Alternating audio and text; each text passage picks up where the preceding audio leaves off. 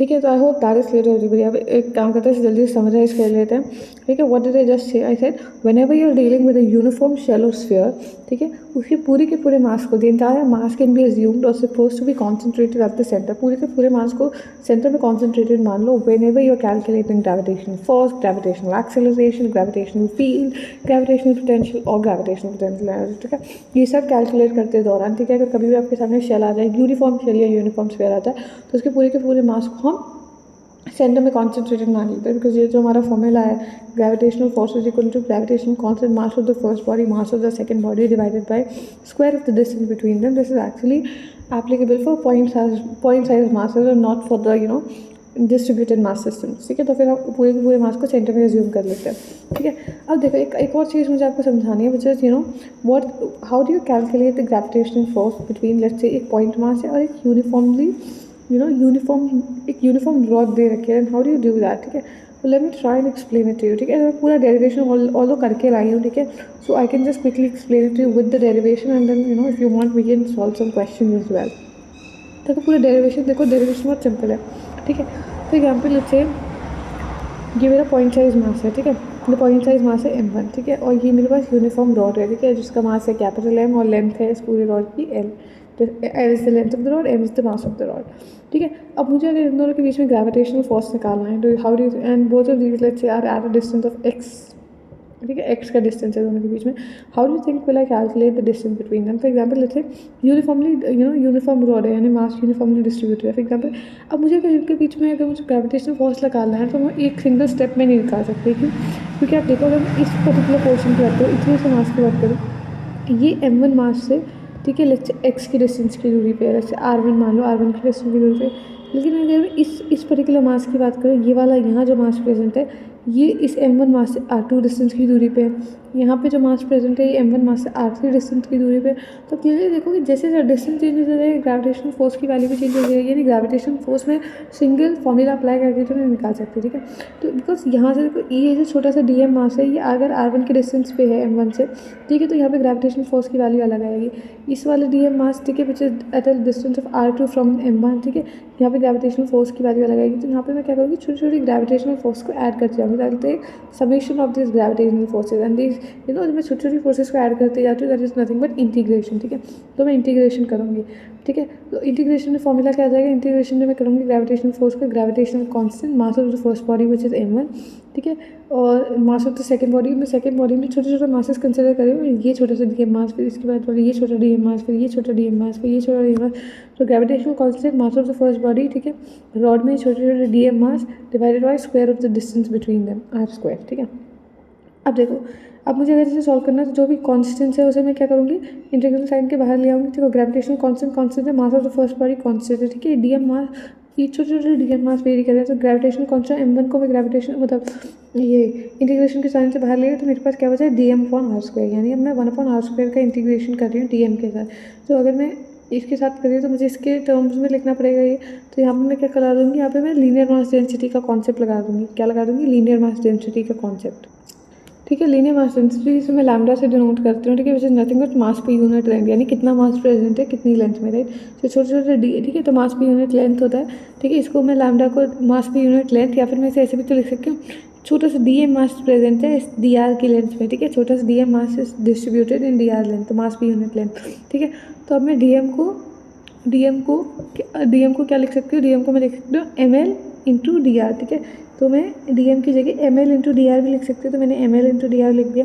और इसमें जो भी कांस्टेंट था, मैं उसे इंटीग्रल साइन के बाहर ले। देखो, m कांस्टेंट है which is mass of the rod, ठीक है, लेंथ कांस्टेंट है। ठीक है, तो इन दोनों को भी मैं इंटीग्रेशन साइन के बाहर ले। मेरे पास सिर्फ क्या बचा यहाँ पे, मेरे पास बचा 1/r2 डॉट dr। ठीक है, अब ये r की पावर 2 डिनोमिनेटर में, अगर मैं इसे न्यूमरेटर में लाऊंगी, तो ये क्या हो जाएगा, ये हो जाएगा r की पावर -2 डॉट dr। ठीक है, अब इंटीग्रेशन कर दूँ अगर मैं इसका, तो इंटीग्रेशन में क्या होता है कि r की पावर है वो एक से इंक्रीज होती है, नई पावर जो है वो डिनोमिनेटर में आ जाती है।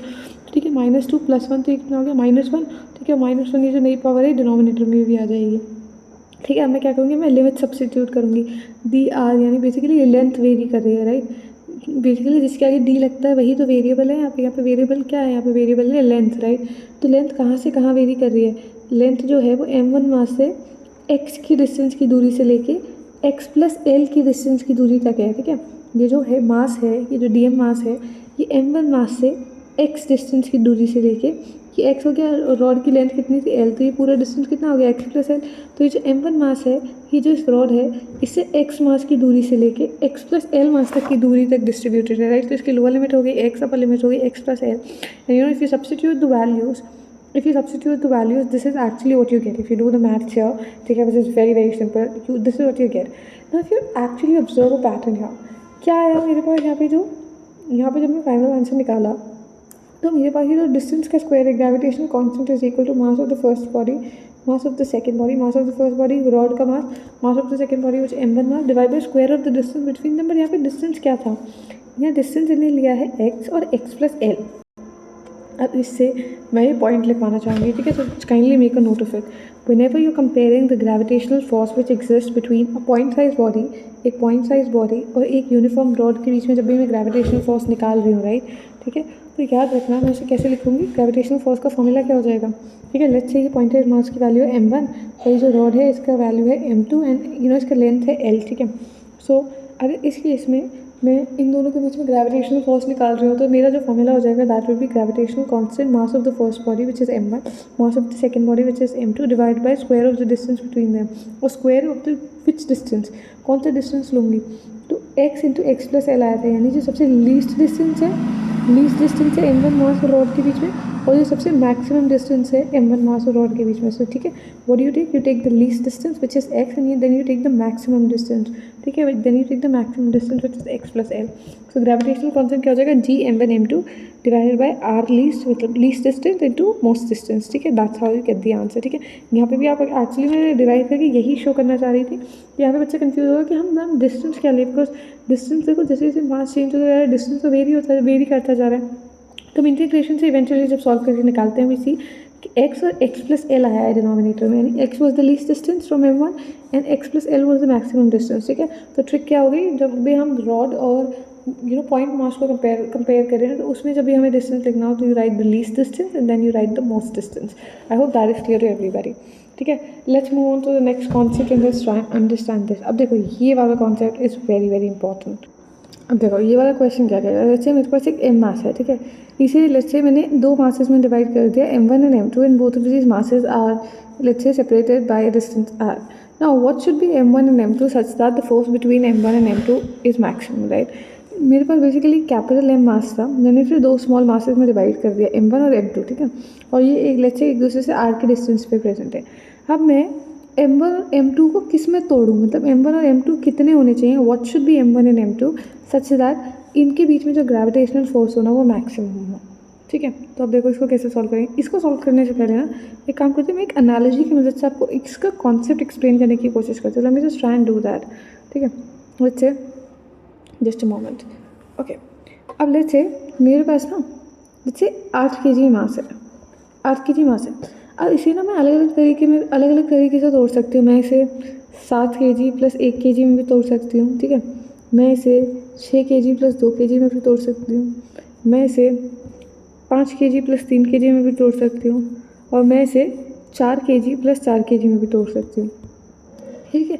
बट द थिंग इज, इनमें से किस केस में जो ग्रेविटेशनल फोर्स है वो मैक्सिमम आएगी। ग्रेविटेशनल फोर्स जो होती है बच्चा, that's directly proportional to the product of the masses, directly proportional to the product of the masses. तो यहाँ मैंने जब इसे 7 kg और 1 kg में तोड़ा तो मेरे पास प्रोडक्ट ऑफ मासेस क्या आया, 7 1 कितना आया, 7 1 7, ठीक है। जब मैंने इसे 6 kg और 2 kg में तोड़ा, जो मेरे पास प्रोडक्ट ऑफ जो मासेस आया वो कितना आया, 6 2 12 kg, ठीक है। जब मैंने इसे 5 kg और 3 kg में तोड़ा तो मेरे पास प्रोडक्ट ऑफ द मासेस कितना आया, 5 × 3 कितना आया, 5 2 15 kg, ठीक है। जब मैंने इसे 4 kg और 4 kg में तोड़ा, मेरे पास प्रोडक्ट ऑफ मासेस कितना आया, 4 4 से 16 kg। अब इन सब में आप मुझे बता सकते हो 7 kg 12 kg, ठीक है, 15 kg 16 kg। देखो जिसमें प्रोडक्ट ऑफ मासेस ज़्यादा होगा उसमें ग्रेविटेशनल फोर्स ज़्यादा होगी, because gravitational force is directly proportional to the product of masses. और प्रोडक्ट ऑफ मासेस किस में सबसे ज़्यादा आया, तो मैंने इसे 4 और 4 kg में तोड़ा। इससे मैं क्या डिड्यूस करने की कोशिश करूँ कि जब भी मैं किसी मास को तो इक्वल मासेस में तोड़ती हूँ, that's when the gravitational force between them is maximum, ठीक है। m1 m2 मैक्सिमम तब होगा जब मैं m को ब्रेक डाउन करूँगी into 2 similar masses. So for m1 and m2, for the product of masses which is m1 and m2 to be maximum, this capital M mass should be broken into 2 similar masses, ठीक है। ठीक है। जब मैं gravitational force अगर मैं चाहती हूँ मैक्सिमम हो, तो मेरे लिए प्रोडक्ट ऑफ मासेस मैक्सिमम होना चाहिए, और प्रोडक्ट ऑफ मासेस मैक्सिमम कब आएगा, जब m1 और m2 दो सिमिलर मासेस हों। I hope this is clear to everybody, ठीक है। इतना सबको समझ में आ गया। Now let's try and understand this with a couple of questions, ठीक है। I hope this is clear to everybody. इस पर आप ऐसे क्वेश्चन भी क्या ही सॉल्व करोगे, मान लो मैं आपको कोई मास दे देती हूँ ना, आप उसको दो इक्वल मासेस में तोड़ दोगे, तो आपको पता चल जाएगा कि m1 and m2 should be broken down into two. Let's get on to the next and very interesting concept which is principle of superposition. इसमें भर भर के बढ़िया सवाल है, don't worry, I will not disappoint you with the type of question that I have. और फिर practice session में तो we will try and cover every kind of potential possible question, ठीक है, that can be asked in the exam. Will you know cover all the way from MTG to errorless to JEE mains, JEE advance की question मैं include कर देती हूँ उसमें। Not all questions of course, because you know not all questions पहले बार तो will be solved in the 1 minute, some might take really 10, in fact 10 plus minutes, so what's the whole point, ठीक है। at the same time to kind of tickle your brain a little bit, to you know help you think beyond what can be asked in the exam, yeah, so that's the whole purpose. But coming back to the topic, as I was saying, principle of superposition की बात करते हैं। What exactly is principle of superposition and how do you define it, right?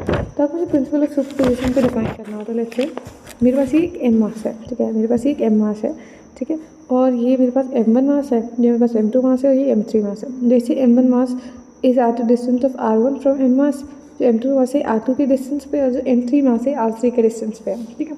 अब मैं ना net force calculate कर रही हूँ इस m मास पे कि इस m मास पे कितना नेट फोर्स होगा, ठीक है। सो आप बोलोगे मैम इस पहली बात इस पर फोर्स क्यों नहीं होगा, देखो दो बॉडीज जिसमें मास है, two bodies having mass will exert an attractive force on each other, right, which is referred to as the gravitational force। दो बॉडीज जिन्हें मास है तो एक दूसरे पे एक अट्रैक्टिव फोर्स लगाएंगे, जिसको हम ग्रेविटेशनल फोर्स बोलते हैं, due to the virtue of the mass. उसका रीज़न यही है कि बिकॉज उसमें मास है, तो इसलिए वो एक दूसरे को अट्रैक्ट करेंगे with an attractive force which is gravitational force. और एक बात तो m मास है कि m1 मास है, ये भी से अट्रैक्ट करेगा, ये जो m2 मास है ये भी से अट्रैक्ट करेगा, ये जो m3 मास है ये भी से अट्रैक्ट करेगा। So what is the actual force, because हम सबको पता है कि फोर्स एक्चुअली में एक वेक्टर क्वांटिटी है, right. So when multiple forces are acting on this m mass, ठीक है, तो एक्चुअली में अगर मुझे कैलकुलेट करना हो कि what is the total force acting on a given mass, that will be equal to the vector sum of the forces which are exerted by it by all the other masses. I know बहुत लोग इस circuit पर से गया होगा, समझो, you know when I से कि what will be the total force acting on this mass, that will be equal to the vectorical sum, ठीक है। जब मैं vectorically add करूँगी all the individual forces which are exerted by these masses, ठीक है। I hope this is clear to everybody. यानी अगर multiple gravitational forces add करी होती हैं बॉडी पे, तो हम इन फोर्सेज को वेक्टोरिकली ऐड कर सकते हैं। We can vectorially add these forces to calculate the net gravitational force which is being exerted और experience by this m mass, ठीक है। तो अब देखो यहाँ पे मैं क्या करूँगी, तो अगर मुझे निकालना हो what is the net force on m mass, ठीक है, तो लेट्स से मैं ये ज्यूम कर रही हूँ कि जो m मास m1 मास है, ये जो m1 मास है इसे f1 फोर्स से अट्रैक्ट कर रहा होगा, ये जो m2 मास है लेट्स से इसे f2 फोर्स से अट्रैक्ट कर रहा होगा, और ये जो m3 मास है ये इसे f3 फोर्स से अट्रैक्ट कर रहा होगा। So I can clearly say that the net force on this m mass, the net force on this m mass is the vectorial addition, because forces जो कि एक वेक्टर क्वांटिटी है, तो जब मैं वेक्टोरियली f1 f2 और f3 को add कर दूंगी, I will get the net force on m mass। I hope this is clear to everybody, ठीक है। अभी काम करते हैं, let's try and understand this with the help of a couple of question, but before we dive deeper just एक last concept और समझ के जाओ, उसके बाद you know directly question practice करेंगे, डू नॉट वरी, ठीक है। एक स्पेशल केस होता है, ठीक है, एक स्पेशल केस होता है जहाँ पे where equal masses when they are placed at the corners of a regular polygon, ठीक है। अब उसमें एग्जैक्टली क्या होगा, देखो बच गए। अब देखो एक स्पेशल केस होता है, यू नो एक स्पेशल केस क्या है, देखो अब इसमें क्या होता है ना, हम बात करेंगे रेगुलर पॉलीगॉन की सबसे पहले। तो अब बहुत बच्चों को पॉलीगॉन ही नहीं पता होगा। Polygon is nothing but like a flat 2D you know shape, और like a flat 2D close shape, ठीक है, एक फ्लैट 2D क्लोज शेप, ठीक है, which is made up of straight lines, ठीक है। तो सिंपलेस्ट पॉलीगॉन हमारे पास ट्राइंगल ही होता है, ठीक है। Then we have square, then we have pentagon, then we have hexagon and the list goes on and on and on, ठीक है, विच में हम सब ने करा। अब इसमें स्पेशल क्या है, अब मान लो हमें ये पता है ये जो कॉर्नर्स होते हैं for polygon these are referred to as vertices, ठीक है। So what if let's say I place equal masses में इनकी जो वर्टिसेस हैं, जो इनके कॉर्नर्स हैं, उस पर इक्वल मासेस प्लेस कर दो, लेट्स से m और m मास, ठीक है। I place equal masses eight the corners of a regular polygon, और मैंने एक m1 मास प्लेस कर दिया at the exact centre of this polygon. और मैं आपसे पूछूं कि what is the gravitational force which is being experienced by this m1 मास, और या फिर what is the net gravitational force on this m1 मास, ठीक है। तो जब ऐसा होता है ना, और जब भी ऐसा क्वेश्चन आया एग्जाम में, ऐसे कई सारे क्वेश्चन आते हैं, ट्रस्ट मी, यू नो मैं आपको एक प्रैक्टिस भी कराऊंगी, ठीक है।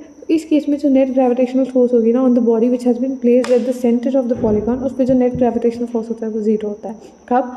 जब equal masses are placed at the corners of a regular polygon, और एक बॉडी को मैं प्लेस करूँ at the polygon centre, polygon के सेंटर में अगर मैं एक बॉडी को प्लेस करूँ, ठीक है, तो उस केस में इन इक्वल मासेज की वजह से जो नेट ग्रेविटेशनल फोर्स होगा इस बॉडी पे वो होगा जीरो।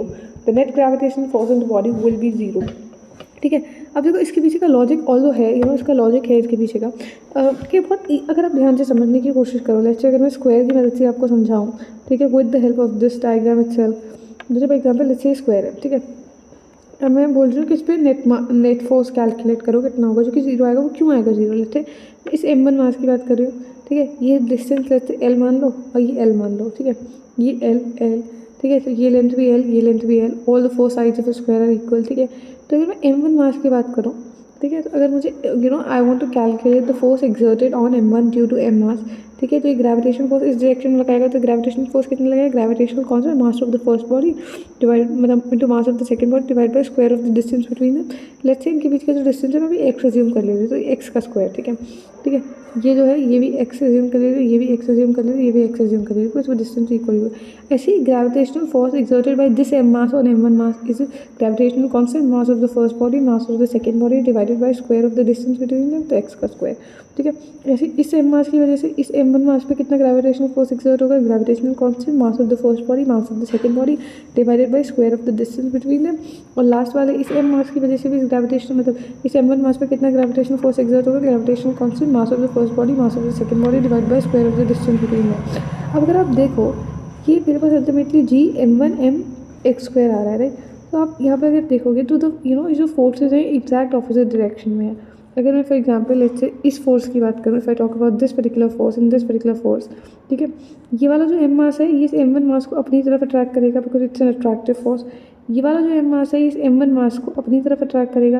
तो ठीक है, both of these forces are acting in opposite direction, तो दोनों का मैग्नीट्यूड सेम है, तो दोनों ही एक दूसरे को कैंसिल कर देंगे। इन द सेम वे ये m मास जो है m1 मास को अपनी तरफ अट्रैक्ट करेगा और ये वाला जो m मास है ये m1 को अपनी तरफ अट्रैक्ट करेगा। And both of these forces are opposite in direction, equal in magnitude, will cancel each other out और जो इसमें नेट फोर्स है वो जीरो हो जाता है।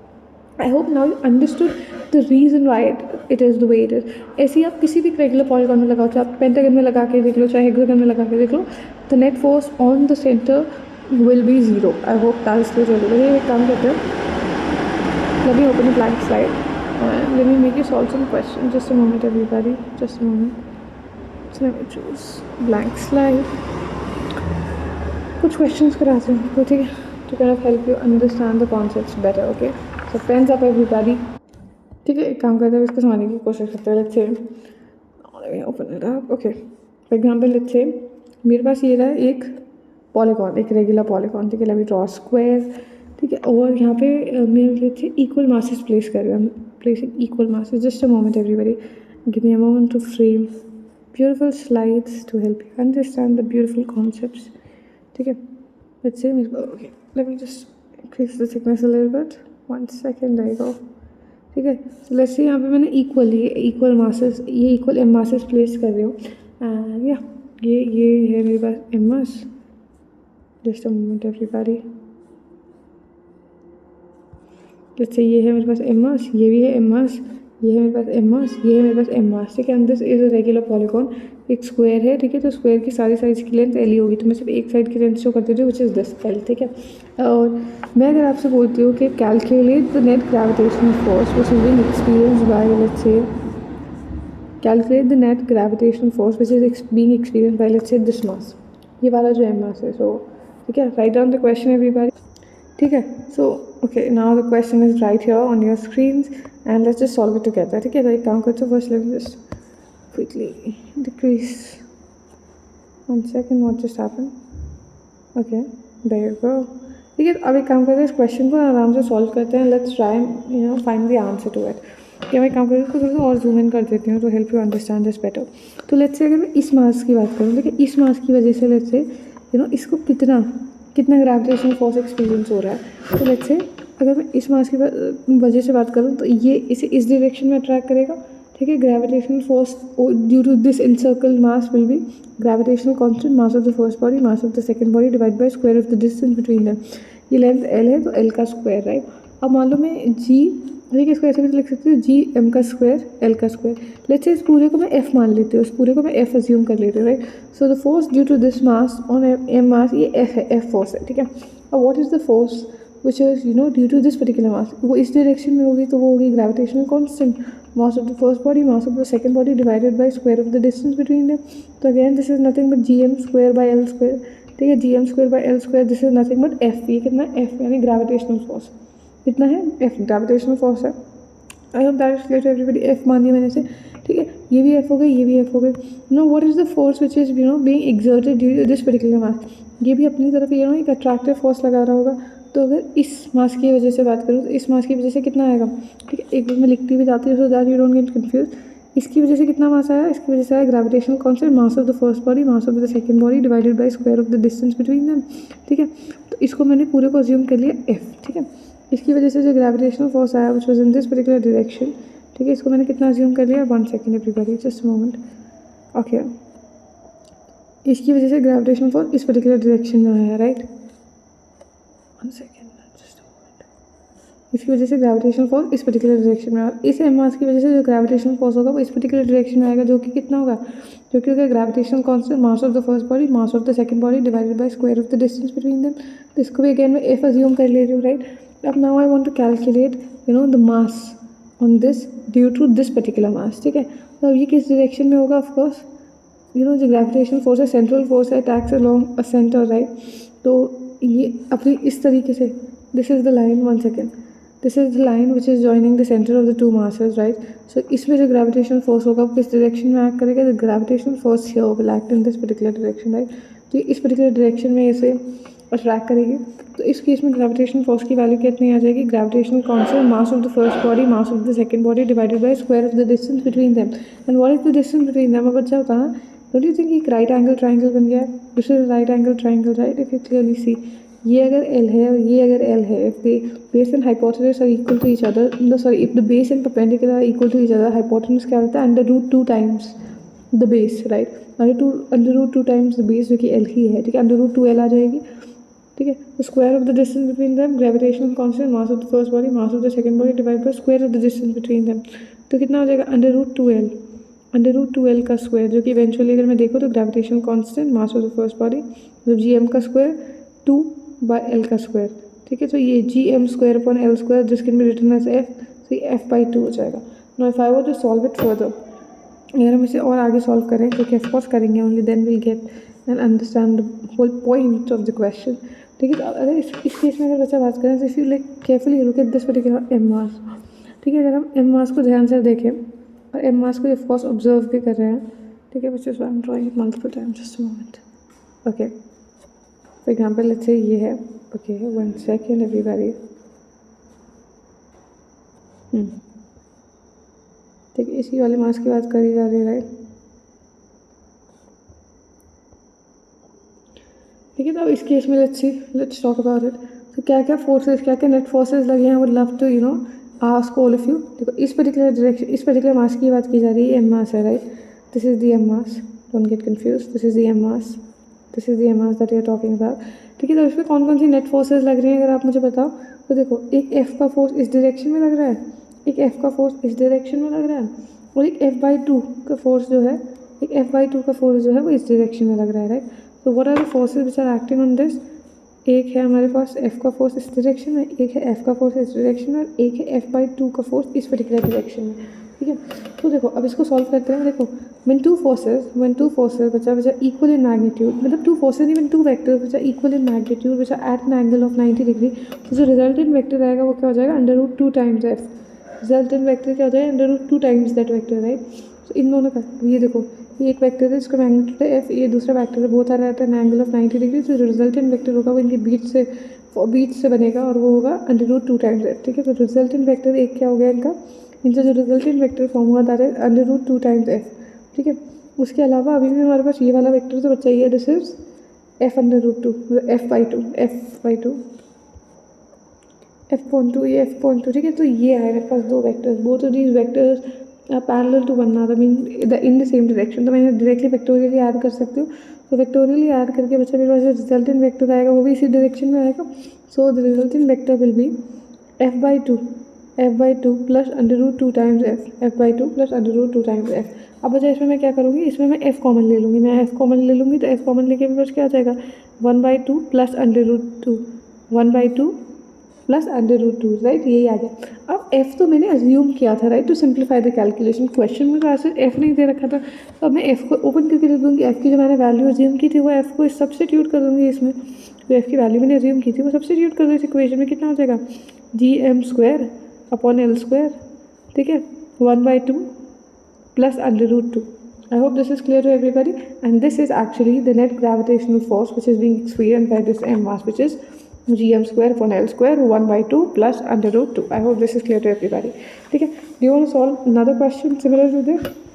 Alright, let's just solve one more, ठीक है, to help you understand this better। ठीक है, एक और सॉल्व कर लेते हैं, कोई दिक्कत थोड़ी यार। One second यार, one second, let me just delete this particular slide, one second। I'm just like kind of literally infuriated. I don't know, why do I have to select the slide every single time? Just a second everybody।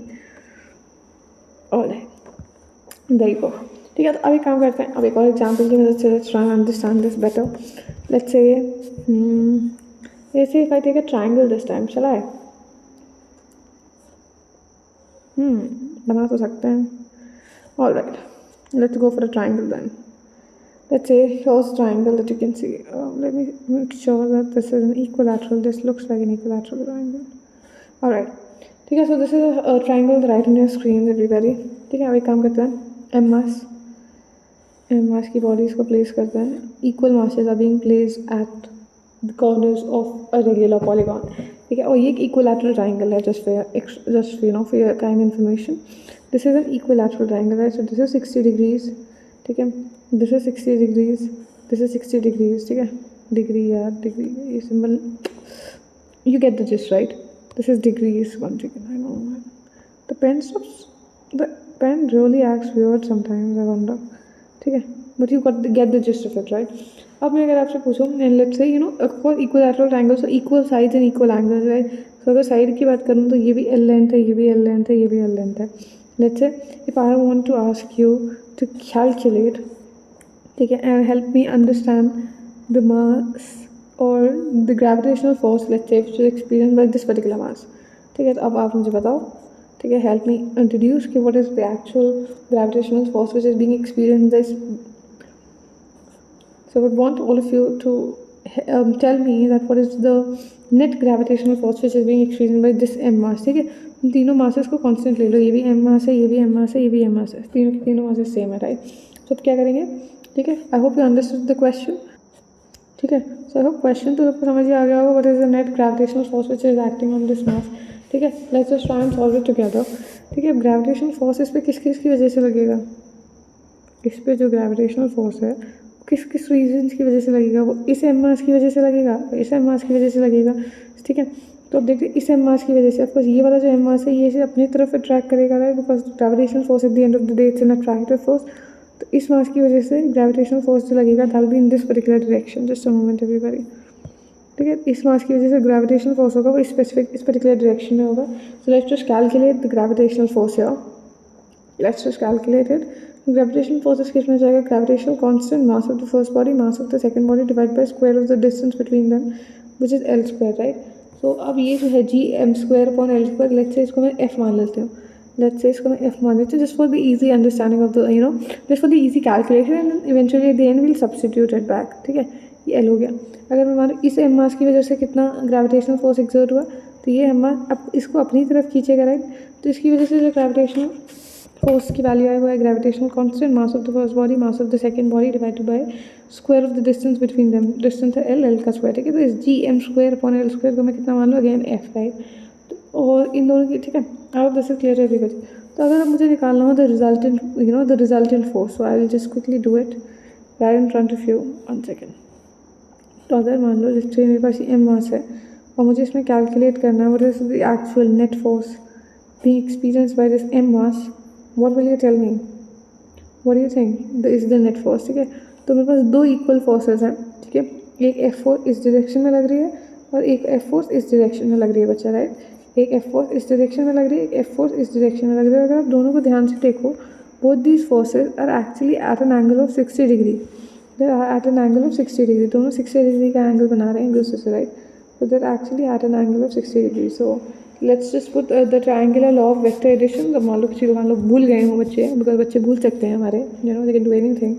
तो triangular law of vectorial addition क्या कहता है कि resultant vector का मतलब resultant vector की value निकालने, तो that is nothing but under root of A का स्क्वायर प्लस बी का square plus 2 into a into b cos theta, cos of the angle between them. A square under root of a square plus b square plus 2ab cos of the angle between them, right?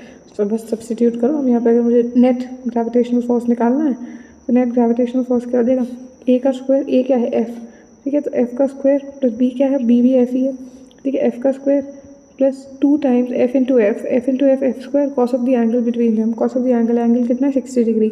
So cos 60 कितना होता है बच्चा, cos 60 होता है 1/2 होता है. तो 2 से 2 तो गया, तो मेरे पास ग्रेविटेशनल फोर्स कितना आ गया, अंडर रूट 3, मतलब यहाँ पे अंडर रूट, यहाँ पे एफ स्क्वायर 3 बार एफ स्क्वायर आ रहा है, तो 3 टाइम्स एफ स्क्वायर, राइट. अब अगर आप ध्यान से देखोगे तो एफ के लिए ये जो स्क्वायर है और स्क्वायर रूट है, ये स्क्वायर रूट और स्क्वायर कैंसिल हो जाएंगे. So now the final answer that we actually get is under root 3 times F. ठीक है, एफ के केस में तो ये स्क्वायर और स्क्वायर रूट कैंसिल हो जाएंगे. सो जो मेरे पास नेट ग्रेविटेशनल फोर्स आएगा which is being experienced by this particular mass, it is nothing but under root 3 times F newton. ठीक है, न्यूटन यूनिट जरूर लगा देना, अभी तक हम यूनिट नहीं लगा रहे थे. ठीक है, just you know to help you understand this. ठीक है, बट आई एम श्योर. अब देखो अंडर रूट 3 एफ नहीं छोड़ सकते आप इसको, बिकॉज एफ तो हमने एज्यूम किया था, right. So will put the values back. क्या था एफ की वैल्यू हमने क्या एज्यूम की थी, G M square upon L square. तो एफ की जगह वापस सब्स्टिट्यूट कर दो, G M square under root 3 time G M square upon L square. I hope this is clear to everybody. सबको समझ आया. अब एक्चुअली ना इतना लंबा कैलकुलेट करना does not really make any sense. ठीक है, और even tricks I guess time and again आपको कई बार बताइए, but again for people who have recently joined me, you know here's a very simple trick. ठीक है, बहुत सिंपल ट्रिक है एक्चुअली में इसको भी करने की, and it's actually rather simple, trust me. ठीक है, तो एक काम करते हैं, इसको जस्ट एक मैं वो ट्रिक आपको एक्सप्लेन कर देती हूँ. मान लो let's say we have two equal vectors. Let's say ये एक वेक्टर है, ये एक वेक्टर है, you know we have let's say two equal vectors which are you know at a particular angle, let's say theta. तो अगर यहाँ से अगर मुझे रिजल्टेंट वेक्टर निकालना है कि रिजल्टेंट वेक्टर कहाँ बनेगा, सो रिजल्टेंट वेक्टर कैलकुलेट करने के लिए, ठीक है, I have a short trick, you know. तो मतलब वो ये सब पे एप्लीकेबल नहीं है, या एक स्पेशल केस है जब ये दोनों वेक्टर्स हों एक दूसरे से इक्वल हों. So when two equal vectors are subtended at an angle theta, जो रिजल्टेंट वेक्टर होगा उसकी क्या क्या वैल्यूज हो सकते हैं. तो अगर मान लो थीटा 0 डिग्री है, थीटा 0 डिग्री है, मतलब बोथ द वेक्टर्स जो हैं they are parallel to each other, तो उस केस में जो रिजल्टेंट वेक्टर होगा उसकी वैल्यू होती है ट्वाइस ऑफ पी. अगर मान लो जो थीटा है यानी the angle between these two vectors which are equal in magnitude, right, 60 degree है, तो उस केस में जो रिजल्टेंट वेक्टर है ना मेरे पास आता है अंडर रूट 3 टाइम्स पी. और अगर आप इसे रिलेट करो पिछले वाले क्वेश्चन से, तो यहाँ पे भी ये देखो, यहाँ पे भी एफ वेक्टर था, ये एफ वेक्टर था, राइट, ये एफ वेक्टर था, ये भी एफ वेक्टर था. Both the vectors were at an angle 60 degree. तो इनका जो रिजल्टेंट आता है वो ऑटोमेटिकली अंडर रूट 3 एफ आता है, और हमने जब सॉल्व किया वो भी अंडर रूट 3 एफ ही आया. ठीक है, so under root 3 times P. अब मान लो ये जो दोनों वेक्टर्स हैं इनके बीच में एंगल जब 90 डिग्री होता है, when two vectors are perpendicular to one another, resultant vector हम कैसे लिखते हैं, under root 2 times hypotenuse, under root 2 times भी हो जाता है. अब मान लो both these vectors are let's say at an angle of 120 degree with respect to one another. तो अगर दो equal vectors are at an angle of 120 with respect to one another, तो उस केस में जो रिजल्टेंट वेक्टर होता है वो सेम ही होता है. रिजल्टेंट वेक्टर की वैल्यू वही होती है जो वेक्टर की वैल्यू है. अब मान लो अगर जो दो वेक्टर्स हैं they are at an angle of 180 degree with each other. ठीक है, they are at an angle of 180, यानी बिल्कुल एक मान लो इस डायरेक्शन में एक इस डायरेक्शन में, दोनों इक्वल वेक्टर्स हैं. तो जैसे एफ वेक्टर दो इक्वल वेक्टर्स हैं at an angle of 180 degree, so ये दोनों एक दूसरे को कैंसिल कर देंगे. सो उस केस में जो रिजल्टेंट वेक्टर है बच्चा वो कितना आ जाएगा, 0. I hope this is clear to everybody. So if you want you can kindly make a note of it. ठीक है, this might help you to solve at least simple question में फिर आपको वेक्टोरियल एडिशन लगाने की भी जरूरत नहीं है.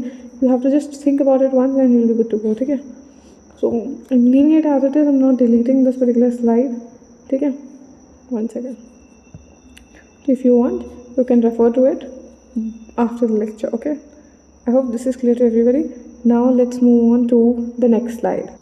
ये ना मैं एक काम करती हूँ, मैं सोच रहा हूँ ना कि पहले अभी देखो हमने सिर्फ इसी पे अभी बेसिकली सिर्फ इधर ही ग्रेविटेशन फोर्स लगाया. लेट्स से मैं एक क्वेश्चन और करा दूँ, let's just go with one more question. तो लेट्स से जो मास है मैं सेंटर में प्लेस कर रही हूँ. ठीक है, उस केस में क्या होगा, ठीक है, इस टाइप का क्वेश्चन नहीं, क्या वो we will just solve one more question. ठीक है, अरे यार, I'm just fed up of changing the page that I want. 1 second, everybody. Just a moment. Arey, what the hell is happening here? Just a moment, everybody. Give me a moment, and it'll be perfectly alright. Alright, okay, now let's work with this slide only. Okay, so as I was saying, ठीक है, अभी काम करते हैं, एक scenario imagine करते हैं. ठीक है, जैसे अगर मैं ट्राइंगल ही ले रही हूँ, let me work with a triangle only. Let us assume a triangle. अभी हमारे पास एक ट्राइंगल है. अब यहाँ पे हमारे पास इक्वल मासेस हैं, right? We have equal masses m m m. Alright, so now you know, let's say ये है हमारे पास m मास, ये है हमारे पास 2m मास. ठीक है, ये m मास, ये है हमारे पास 2m मास, और ये है लेट्स से हमारे पास m मास. ठीक है, 3 मासेस है मेरे पास. और लेट्स से सेंटर में मेरे पास है, ये सेंटर में लेट्स से हम प्लेसिंग 3m मास. ठीक है, एकदम सेंटर में प्लेस करते हैं. 1 सेकेंड. ये सेंटर में मेरे पास लेट्स से है 3m mass, and I would want all of you to calculate the net gravitational force on this central mass. ठीक है, so I would want all of you to calculate the net gravitational force on 3m mass. ये जो 3m मास है ना centre में, इस पर मुझे बताओ नेट ग्रेविटेशनल फोर्स कितना होगा. ठीक है, now this is an interesting question. और एक और additional point that you know, all of these, मतलब this is an equilateral triangle. Equilateral triangle है, राइट? ये भी अगर 60 डिग्री एंगल, ये भी 60 डिग्री. ठीक है, even 1 second, even this is 60 degree, right? So let's just solve it together. को एक साथ सॉल्व करते हैं. अरे व्हाट्स जस्ट हैपेंड?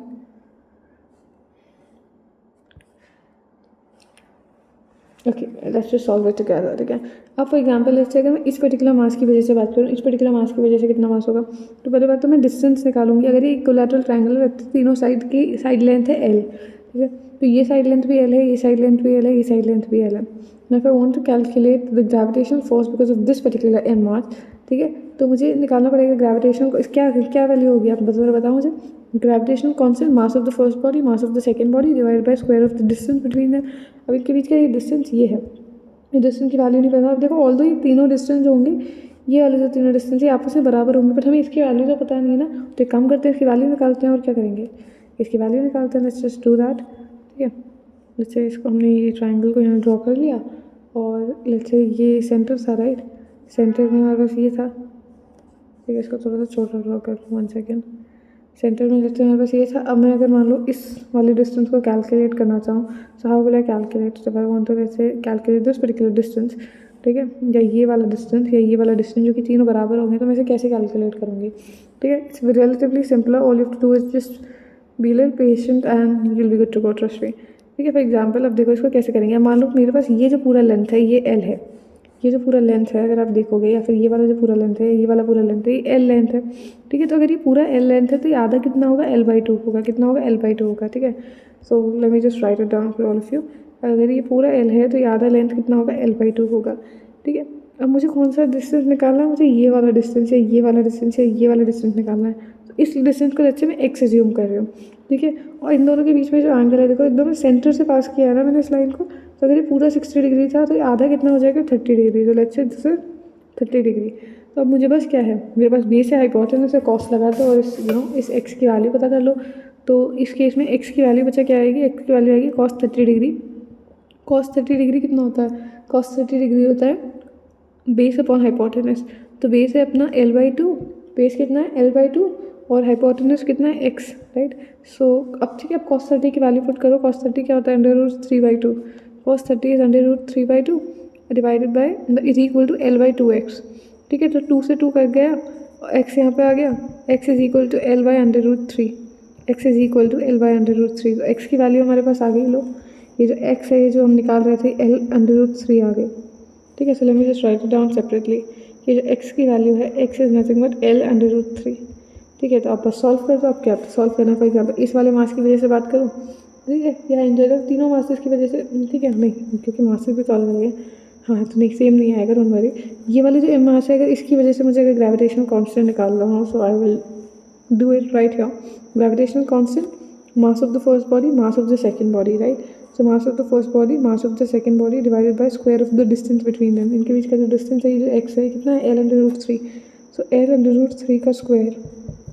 ठीक है, कितना हो जाएगा ये? अगर मैं इसको मतलब थोड़ा एक्सपैंड करके लिखूँ तो अभी तक देखो, अभी तक मैं क्या मानती आई थी, ग्रेविटेशन कांस्टेंट, और ये हमारे पास ये 3 टाइम्स ग्रेविटेशन कांस्टेंट का स्क्वायर या एल का स्क्वायर, √3 का स्क्वायर कितना हो जाता है 3, √3 का स्क्वायर इज 3, तो ये 3 ऊपर चला गया राइट, तो ये हो जाएगा 9 times, this will B 9 times guys right, if you observe carefully this is 9 times F, 9 times हो गया ना, क्योंकि ये 3 एम का मास है राइट, 3 एम का मास है, L √3, this is 9 times F right. हाँ तो ये तो हो गया ठीक है। अब देखो यूजुअली मैं क्या करती थी, gravitation constant G M square upon L square को एफ मान लेती थी, तो assuming this to be 9f, assuming this to be 9 times F, okay. तो ये हो गया। अब एक काम करते हैं, let me just know first let's adjust it accordingly, ठीक है। तो फॉर एग्जांपल, एक minute, just a moment everybody, just 1 second, यार ये स्लाइड एडजस्ट करने में काफ़ी टाइम लग जाता है, ठीक है। ये एक्सप्लेनेशन साइड में हो गई, ये एक्स की वैल्यू भी हमें पता चल गई, एक्स की वैल्यू कितनी आई ये भी पता चल गई, so let's just put it on the side, ठीक है। तो अब इस वाले मास की वजह से जो हमारे पास ग्रेविटेशनल फोर्स आया दैट इज़ 9 टाइम्स एफ, ठीक है। अब मैं इस पर्टिकुलर मास की अगर बात करूँ, तो इस पर्टिकुलर मास की वजह से जो मेरे ग्रेविटेशनल फोर्स आएगा उसको भी कैलकुलेट कर लेते हैं। So the gravitational force which experience by this 3m mass due to this 2m mass will be, let's apply the formula and get the answer. Gravitational force अगर मुझे निकालनी हो due to this particular mass, it will be gravitational constant, पहला वाला mass which is 2m, दूसरा वाला mass which is 3m divided by square of the distance between them. What is the distance, L√3 का square, L√3 का square अगर मुझे निकालना हो तो कितना आएगा बच्चा, लेट्स डू इट टुगेदर।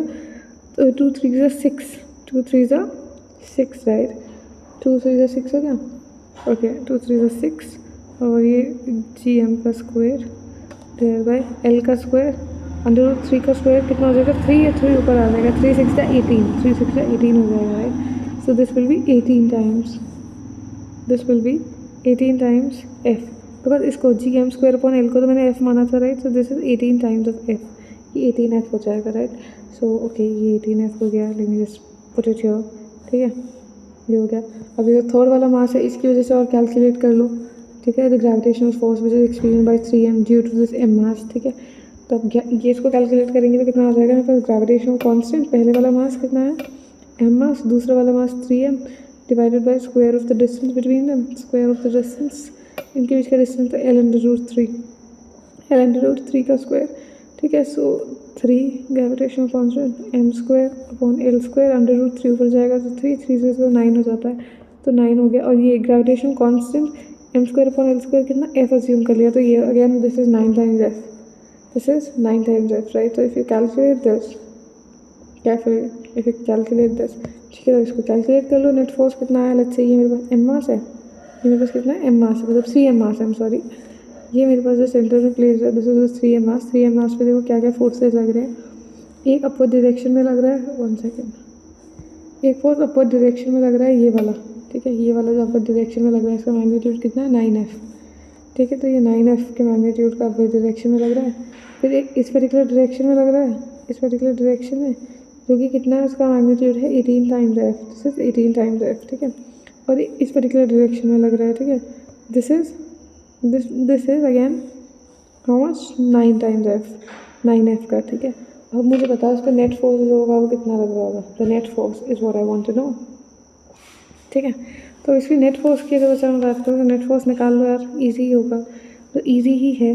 अगर मान लो ये 60 डिग्री है, ठीक है, अगर मान लो कैलकुलेट करें, ठीक है, मतलब ये 60 डिग्री, ये 30 है, मतलब इसको बहुत कैलकुलेट करने का बहुत सिंपल तरीका होता है। देखो वैसे तो हम कर सकते हैं कि मतलब ये देखो सेंटर में जो कंप्लीट एंगल होता है ये 360 डिग्री होगा, ठीक है। उसे 3 इक्वल पार्ट्स में डिवाइड करूँ तो ये 120, ये 120, 120, बट मान लो किसी बच्चे को अभी भी नहीं समझ में आ रहा, तो ये पूरा 60 डिग्री है, आधा कितना हो जाएगा 30 डिग्री, ये भी पूरा 60 है, आधा कितना हो जाएगा 30, 30 + 30, और ये इसको x मान लो। Now sum of all angles of a triangle, all interior angles is equal to 180 degree. तो आप कैलकुलेट करोगे तो ये जो एंगल आएगा ये 120 डिग्री ही आएगा, 120 डिग्री + 60 विल गिव यू 180, ठीक है। सो ये 120, ये 120, 120, ठीक है। सारे के सारे जो तीनों वेक्टर्स है they are at an angle of 120 degree from one another, right. तो ये देखो 120 डिग्री का एंगल, इनके बीच में ये रहा 120 डिग्री, और ये भी 120 डिग्री का एंगल। तो बस नेट फोर्स कैलकुलेट कर लो। मैंने आपको क्या बोला था, 2 equal vectors, which are at an angle of 120 degree from each other, ठीक है, इनका जो रिजल्टेंट होगा उसका भी सेम ही मैग्नीट्यूड होगा विच इज़ 9f, राइट। सो इनका जो रिजल्टेंट वेक्टर होगा, let me draw it with dotted lines, इनका जो रिजल्टेंट वेक्टर होगा which will be in the centre, बिल्कुल इनके बीचों बीच, ठीक है, इनका जो रिजल्टेंट वेक्टर होगा, ठीक है, वो भी कितना होगा, that will also have the same magnitude which is 9 times f, ठीक है। अभी एक मिनट, मुझे एक ब्लैंक स्लाइड लेने दो, इसको आगे सॉल्व करते हैं, आगे भी तो सॉल्व करेंगे, 1 सेकेंड, ठीक है। तो let me just copy this question and take it on the next slide, copy, alright, let's take it on the next slide, ठीक है। तो अब अगर मैं बात करूँ कि जो मेरे पास F फोर्स है, इस पर क्या क्या नेट फोर्स लग रहा है, एक तो मेरे पास फोर्स लग रहा है इस पर्टिकुलर डायरेक्शन में विच इज़ 9 टाइम्स f, ठीक है, और एग्जैक्ट इसके ऑपोजिट डायरेक्शन में मेरे पास लग रहा है इस डायरेक्शन में which is what, which is 18 times f, जो कि कितना है 18 टाइम्स f, राइट। तो अब मैं बोलूँ what is the net force which is being exerted, ठीक है। तो मुझे पता है देखो 18f ज़्यादा बड़ा है इन कंपेरिजन टू 9f, तो जो मेरा नेट फोर्स होगा वो तो इसी डायरेक्शन में होगा, यानी 18f वाली डायरेक्शन में होगा मेरा नेट फोर्स। तो अगर मुझे नेट फोर्स कैलकुलेट करना हो बच्चा, तो net force will be 18f minus 9f, जो दो वेक्टर्स एक दूसरे से 180 डिग्रीज पे होते हैं, तो आप वेक्टोरियल फ्रैक्शन लगा देते हो। 18f minus 9f will actually give you what, it will give you 9f, will give you 9f as the correct answer. I hope this is clear to everybody, ये सबको समझ आ गया, आई एम श्योर सबको समझ आ गया होगा, ठीक है। I hope this is clear. तो हमारे पास रिजल्टेंट फोर्स कितना आ गया 9f। Now I hope this is crystal clear to everybody. Now let's get on to the next concept, ठीक है। हम नेक्स्ट क्वेश्चन पे चलते हैं। अब बस क्या है, यहाँ पे अगर ज़्यादा से ज़्यादा करना हो तो f की जो वैल्यू अस्यूम की जैसे सब्स्टिट्यूट कर देना, जो कि कितना था ग्रेविटेशनल कांस्टेंट m²/l², बस आगे final answer. I hope this is clear to everybody. चलो अब नेक्स्ट क्वेश्चन, मेरे मतलब जो नेक्स्ट कॉन्सेप्ट आ जाता है, it is gravitational acceleration, one of the most second most highest weighted topic for this particular chapter if I am not mistaken. Let me see, gravitational acceleration से on average कितने questions में जाता है, 6 questions have been asked. So one of the one of the most frequently asked topics from this particular chapter, at least, okay, gravitational acceleration, which has garnered 6 questions in the last 11 years. So go on, one of the most important topics. So I would want all of you to pay attention, okay. I mean, you should obviously pay attention to all the topics in general, but specifically gravitational acceleration is quite an important topic, ठीक है। तो अगर gravitational acceleration की अगर मैं बात करूँ, gravitational acceleration, gravitational acceleration तो सबको पता है, right, rate of change of, मतलब it's like rate of change of velocity, right, कि ठीक है किस रेट से वेलोसिटी चेंज हो रही है, दैट इज एक्सेलरेशन। ग्रेविटेशनल लगा दिया यानी ये ग्रेविटेशनल एक्सेलरेशन ग्रेविटेशनल फोर्स की वजह से होगी। वैसे भी हम सबको पता है force is equal to mass into acceleration, ये तो which was a special case of second law and not second law of Newton, special case था, ठीक है, जहाँ पे मास कांस्टेंट होता है। तो ये हो जाता है फॉर्मूला मेरे पास F इक्वल टू m/a, ठीक है। तो ये जो एक्सेलरेशन प्रोड्यूस हो रहा है किसी बॉडी में, this is because of the force which is being applied on that body, right. So अब यहाँ पे जब मैंने ग्रेविटेशनल फोर्स, ग्रेविटेशनल एक्सेलरेशन बोल दिया, तो gravitational acceleration will be due to gravitational force. तो इसको अगर मैं डिफाइन करूँ तो gravitational acceleration is nothing but acceleration produce in the body, वो एक्सेलरेशन जो किसी बॉडी में प्रोड्यूस होता है because of the gravitational force which is acting on it, that is referred to as gravitational acceleration. I hope that is clear to everybody. इतना सबको समझ आ गया।